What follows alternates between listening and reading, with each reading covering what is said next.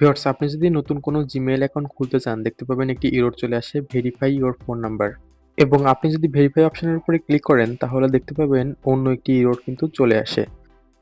তো দেখতে পাচ্ছেন এখানে নতুন একটি এরর শো করছে এখন, this may take a few moments. তো এই এররটি শো করছে এবং এভাবে কিন্তু চলতেই থাকে।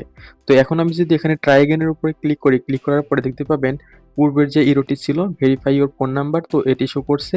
একই সাথে আরেকটি এরর শো করে থাকে, please try again with a different phone number. তো এই এররটিও কিন্তু শো করছে। তো এখন আমি আপনাদের এই ভিডিওর মাধ্যমে দেখিয়ে দিব কিভাবে আপনারা খুব সহজেই এই সমস্যাটি সমাধান করে নিতে পারেন এবং এই সমস্যাটি কেন হচ্ছে সেই বিষয়টিও কিন্তু বিস্তারিত আলোচনা করব। তো চলুন শুরু করা যাক। তো এই সমস্যাটি সমাধান করার আগে প্রথমে আমাদের জেনে নিতে হবে এই সমস্যাটি কেন হচ্ছে। মূলত আপনি যখন কোনো ডিভাইস থেকে খুব অল্প সময়ের মধ্যে অনেকগুলো জিমেইল অ্যাকাউন্ট খুলে থাকেন তখন কিন্তু এই সমস্যাটি দেখা দেয়।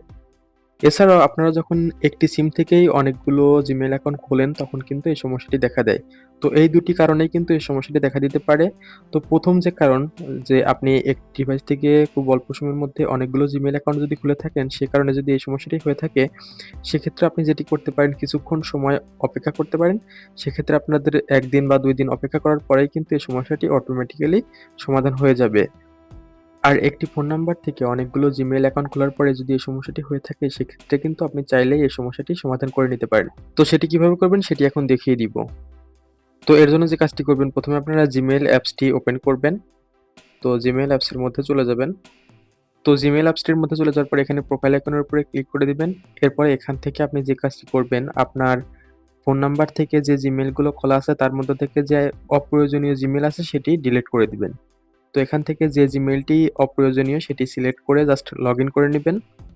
লগইন করে নেওয়ার পরে আবারও এখানে প্রোফাইল আইকনের উপরে ক্লিক করে দিবেন।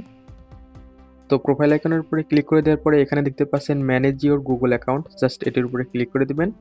তো এরপরে এখানে দেখতে পাচ্ছেন data and privacy option, just এটার উপরে ক্লিক করে দিবেন। এটার উপরে ক্লিক করে দেওয়ার পরে এখান থেকে স্ক্রল ডাউন করবেন। স্ক্রল ডাউন করার পরে এখানে দেখতে পাবেন নিচে delete your Google account, just এটার উপরে ক্লিক করে দিবেন। তো এরপরে এরকম একটি ইন্টারফেস চলে আসবে। এখান থেকে জাস্ট এই ২ টা আইকনের উপরে টিক মার্ক করে দিবেন। টিক মার্ক করে দেওয়ার পরে এখানে দেখতে পাচ্ছেন ডিলিট অ্যাকাউন্ট অপশন, জাস্ট এটার উপরে ক্লিক করে দিলেই কিন্তু আপনার অ্যাকাউন্টটি ডিলিট হয়ে যাবে। তো এখন ডিলিট হয়ে যাওয়ার পরে এখন আপনি প্রোফাইল আইকনের উপরে ক্লিক করে এখান থেকে এড অ্যানাদার অ্যাকাউন্টের উপরে ক্লিক করে আবার যদি নতুন অ্যাকাউন্ট ক্রিয়েট করেন, দেখতে পাবেন এই সমস্যাটি কিন্তু আর দেখাবে না এবং আপনার সমস্যাটি কিন্তু সমাধান হয়ে যাবে। তো এভাবে চাইলে আপনারা এই সমস্যাটি সমাধান করে নিতে পারেন। তো এই ছিল ভিডিওটি। ভিডিওটি ভালো লেগে থাকলে অবশ্যই ভিডিওটিতে একটি লাইক করে দিবেন এবং চ্যানেলটি সাবস্ক্রাইব করে দিবেন। ধন্যবাদ।